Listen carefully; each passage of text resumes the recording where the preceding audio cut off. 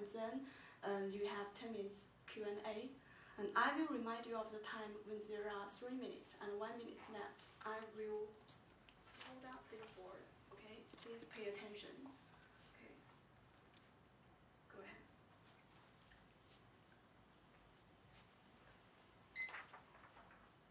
Well, like the story Journey to the West, Visa also had a companion, CUP, as in its journey to the east into the Chinese market.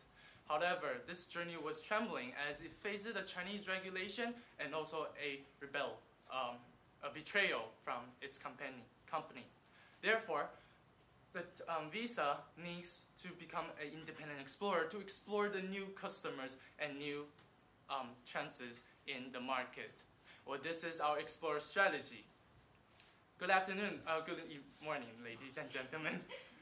My name is Sunny, and this is my teammates, Jack, Yuki, and Daniel. We're from Peking University. Well, let's have a look at our value proposition for today.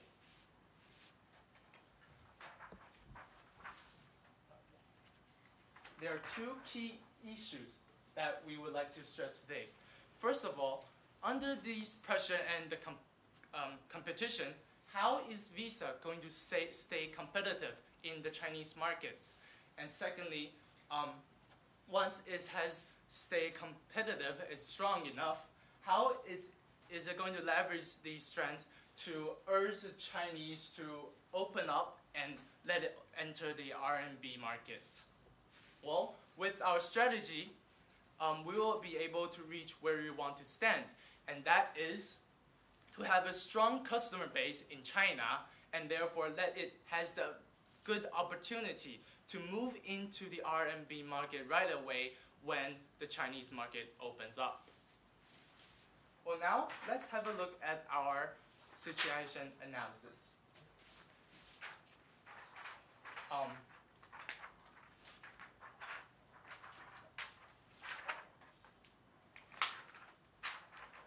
We can find that Visa has a strong global business with its service providing credit card, debit card, prepaid card, etc.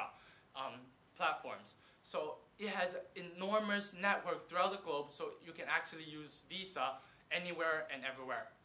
However, because of the regulation in China, it can only provide the platform in credit cards.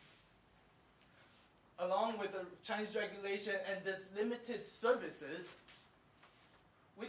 and also the competition with CUP, we can find that in the Chinese market, Visa has lack of users, making it a lack of revenue in such market. Well, what is the customer like in the Chinese market?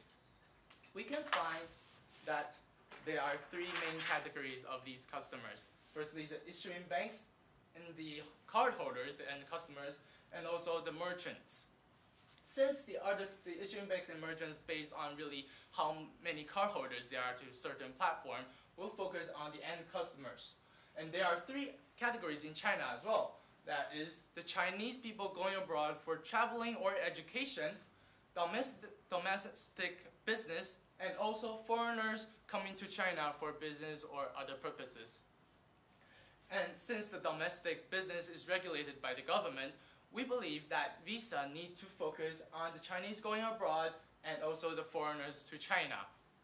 And one thing we want to point out is that since there are more Chinese students going out for different traveling or education, and they will become the target very promising customers in the future. So we believe that the young generation will be a focus for our strategy. Well, let's now walk into the details of our strategy. So now first, you must be wondering why we choose those young generations as our target market. Besides, they have a lot of chance going abroad. First, as we all know, there is like traditional culture that Chinese people are cautious about with the credit thing, and that is also the reason why in China credit card is not as welcomed as those debit cards. But that is not true for the young generation. Those young people are adventurous and they are familiar with American culture and they are willing to take those credit cards. And also there are explorers who will see all of the world. And those young generations will push the growth of Chinese credit card market as well as the foreign currency transaction in China. So how can we reach our target market? We need to cooperate with all the stakeholders. We will cooperate with banks to launch Explorer program, and we will definitely use some advertisements. So far, the advertisements for Visa is not very common in China, and we will also cooperate with the merchants and other entities involved in this traveling business, like hotels and airlines companies. So I will first express what is the Explorer program. The Explorer program is a program we designed to cooperate with banks to issue credit cards with limited credit for top students. For example, there is like 30,000 students in one top university, and we're gonna choose like 10 top universities in mainland China to be our first round target market. And since half of those students in top universities will have a chance to go abroad for both like internship, traveling, or exchange experience, and those 300,000 students will lead the future economy of China. So how is this program going to function? We will provide a maximum credit between like 4,000 RMB to 20,000 RMB to those students for their traveling or their studying abroad or their exchanging programs.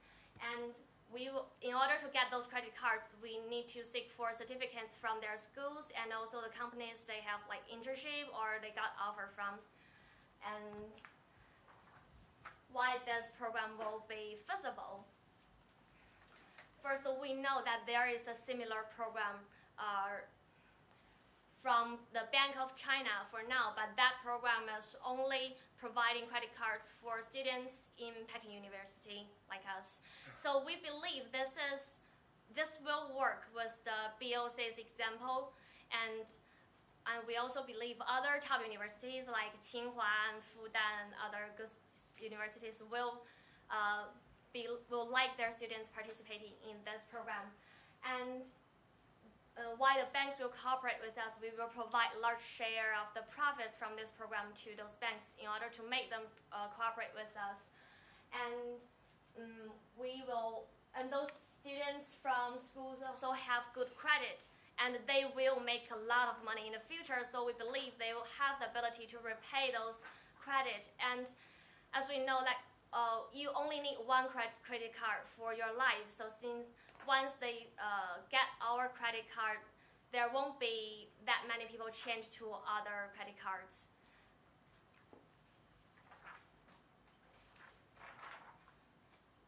And how can we spread this explorer spirit and our program to the students? We are going to do that through 3 different channels, from the schools, the issuing banks, and also social medias. In schools, we will hold like campus campaigns to promotion our program and to ask the students to come with us. And for the banks, we will choose some banks near the school and put some brochures in the banks. And since every student have a debit card from those kind of banks to pay for the school's fee, we can provide them a tied up discount for having another credit card of our bank. And we'll all going to use social medias like TV advertisements, internet SNS, and also some magazines to express our spirit, that is to be brave, to be adventurous, and that's go to see the world together. So after discussing about our target market, how are we going to deal with our other stakeholders? So here comes to our detail of tackling with the problems of the merchants.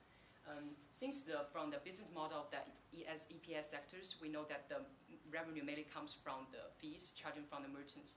So this is a situation right now. Visa now charge 15% to 20% higher than CUPU, which is a disadvantage for us to increase our coverage in China, also to increase our transaction values. So what we are going to do is to offer merchants incentive plans to let the merchants to provide good services and to promote our business in China. So about the merchants incentive plans, firstly, we're going to rank the merchants by the transaction values. And the value evaluation is based on 1 year transaction volumes. And we're going to classify the merchants in major 3 different groups by big ones, medium ones, and small ones. In these 3 different groups, we're going to do the ranking separately. And we're going to offer them discount for the highest ranking vendors. And also, we promise to offer around like 5% to 10% discount for the highest ranking vendors. And we're going to leverage our advantage in these markets to offer a higher discount rate for the small and medium vendors. In this way, we're going to increase our merchant coverage and increase our transaction volumes. And finally, we can ensure that our availability for all the customers to use our Visa card in China. So, besides our merchant incentive plans, here is another sector we're going to seize, that is the foreigners who are going to China. So about these markets, from the figure we know that there are 136 million people who are going to China for inbound traveling, and there are 47 billion inbound traveling incomes. So we're going to emphasize this market. Besides our target markets from the Chinese students who are going abroad, we're going to see the foreigners who go to China. And the first strategy we're going to do is do more ads promotion to strengthen our customer awareness of those foreigners. Since we have already have a very better and Visa brand image, and we have a better service, so we're going to ensure all the foreigners that you can have the availability of consume in Visa in China. So to let all the foreigners to choose Visa when they go to China. And secondly, we're going to offer them some premium services for all the cardholders. Since we have a very strong partnership with like the airlines and hotels and big shopping centers, in this way, add some premium services, we're going to provide all the foreigners come to China with better experience in China. That's also one reason why they were going to choose Visa, not CUP. And thirdly, we're going to emphasize our long-term goal. As we all know that here is a rapid process about the RMB internationalization, and RMB will want to finally be internationalized currency in the future, and also not only about the trading services, but also about the like direct investment in China. So we propose that in the long run, our foreigners who hold the Visa card can have the advantage to make some investment transactions to the Chinese markets. And so for our further long-term strategy, we propose 2 steps. Firstly, we're going to continue our battle against the Chinese government, since it's a huge issue about regulation, and we must put this in mind.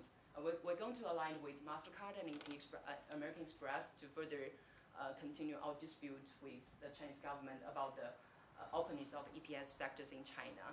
And although it will be complicated and long run process, but we believe it's a must, and we want to, in this way, by put more pressure on the government side, we want to ensure that in the future we can first move the Chinese market since it's open. And secondly, more important, as we have mentioned before, the young customer transition.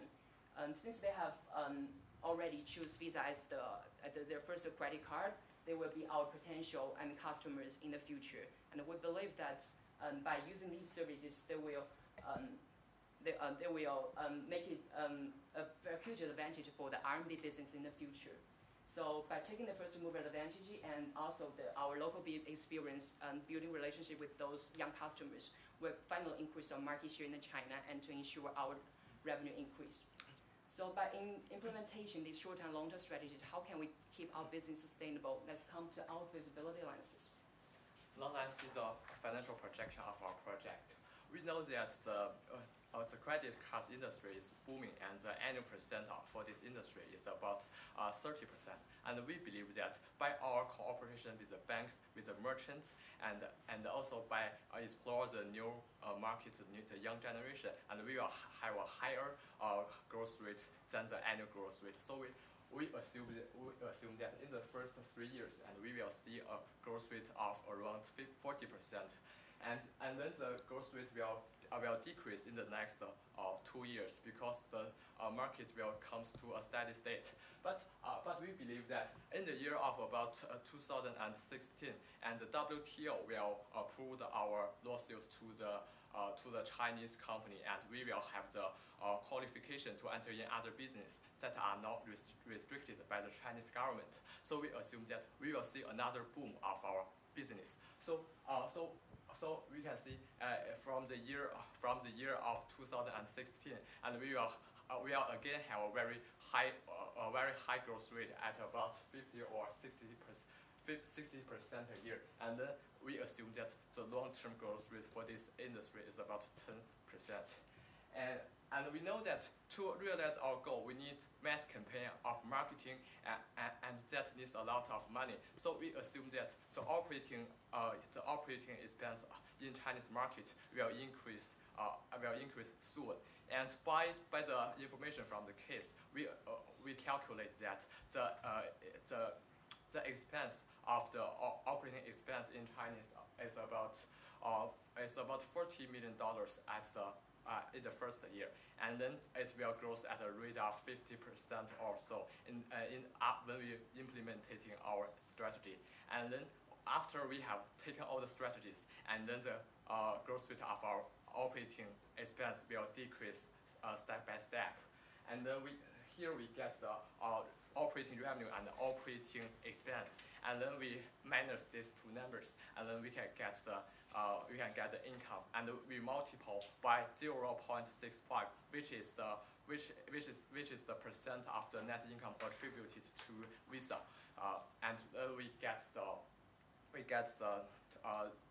the income to this company, and we assume it's the free cash flow in the following several years. And then we assume the discount rate is about 12% a year for this level of risk, and then we discount all the future cash flow, and then we can get that the net present value of our project is about is nearly $300 million. And now we know that the market revenue in China consists only about 0.3% of the whole revenue in the world. And so we can see that after our strategy, and we will consist, and Chinese market will consist a larger part of the whole revenue in the world. But there are still many issues we should to deal when we implemented our strategy. Now let's see the risk analysis. For the short term, there are two factors. One is that the banks may not want to cooperate with us, and also that we don't know that whether the students in the top university will be interested by our program. And in the long term, the issue is even bigger. We know that the negotiation with the WTO will take a very long. It's a very long process, and it may take many years. And also, we don't know the result of the decision of the WTO. So that's all the risk we have to face in the future. So if all the factors turns out to be the negative effect for our strategy, then we should have the situation B. And in the situation B, we assume that the bank will not want to cooperate with us. So our mass campaign are not necessary, and we will just keep our strategy in China as we have done before. And then we assume that our growth rate will still be 20% in the first 3 years, because we are really in a booming industry. And then after 5 years, the growth rate will decrease to about 10%. And then we can see that the net present value is 180 million. It's slightly smaller, but it's also profitable. And then let's see the action plan. We know that the incentive to the merchant and also the marketing campaign are a long process. We should do it all the way. And also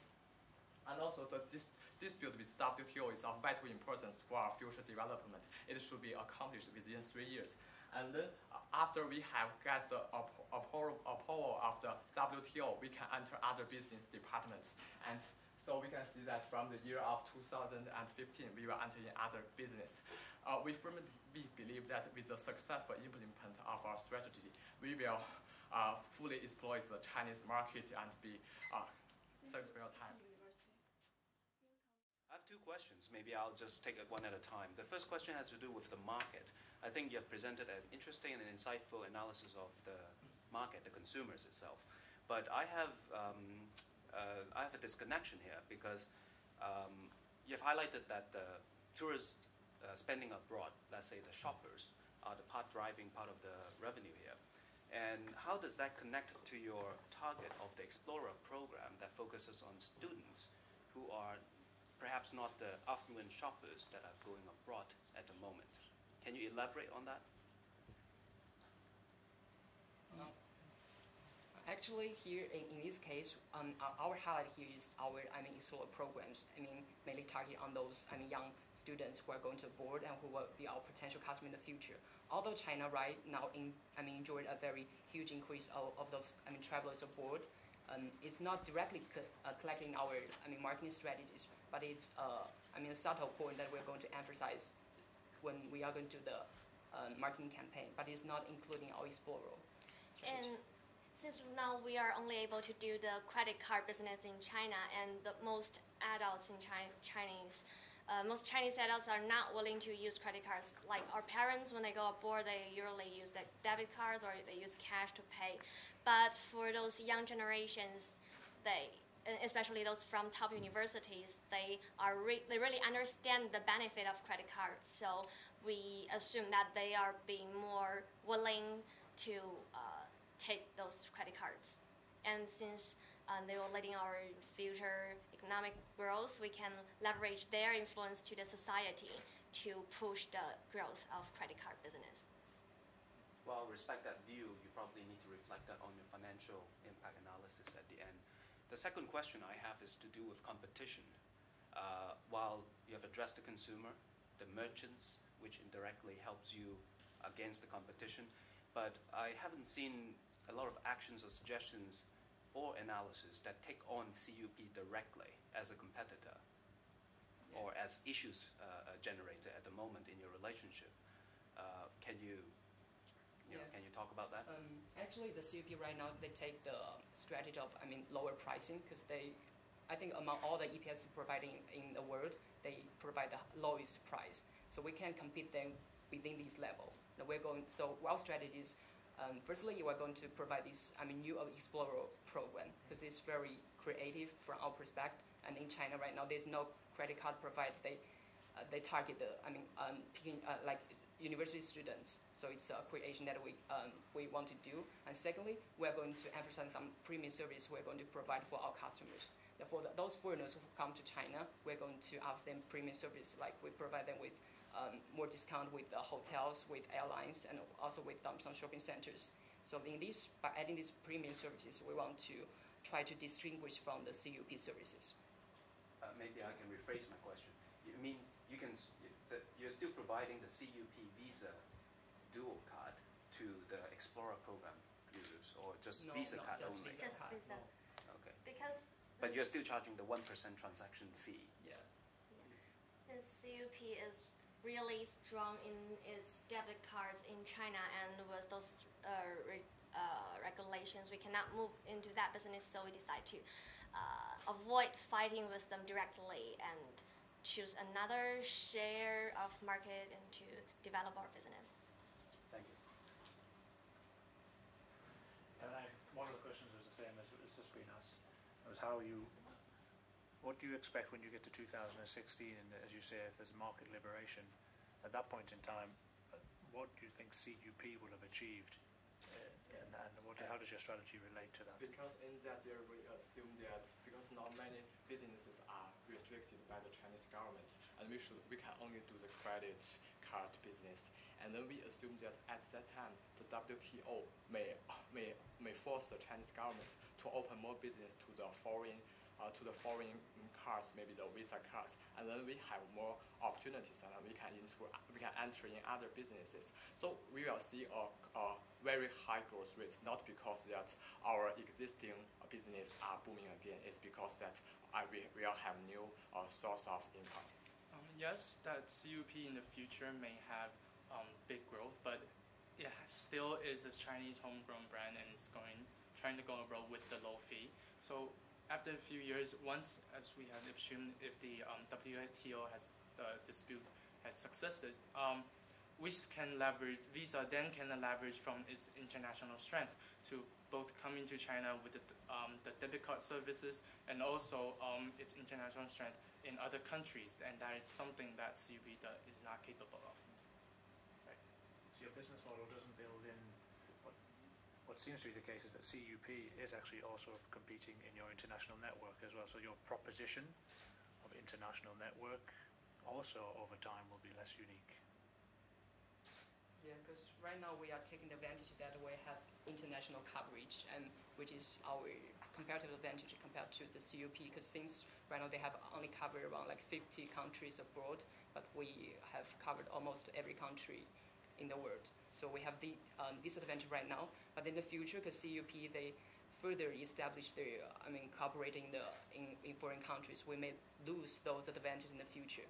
But right now, what we do is try to, seize our customers to build up our brand image. For those Chinese potential customer in the future, if we want to impress them that Visa is a global brand, and with the strength that can help you explore the whole world, by strengthening this concept to all the customers, we believe that they will be our potential customer in the future. And maybe just one more thing to repeat. Can you explain again why you're investing in rolling out your merchant coverage in China? Because the merchants will still sell basically to customers that have got RMB cards. So you're going to be investing in a merchant network where a lot of the customers will not be there. I think that is more of a long-term concern. So we are actually focusing on the big cities merchants, well, the merchants in big cities, of course, targeting at the foreign customers who come to China who might want to buy things, of course. So we're actually building the distribution network for our long-term strategy. As once we are able to go into the China with the debit card services, we can start with our distribution network that we have already, and then grow from there, so that we won't be too shocked and unable to build up our strength in the domestic part.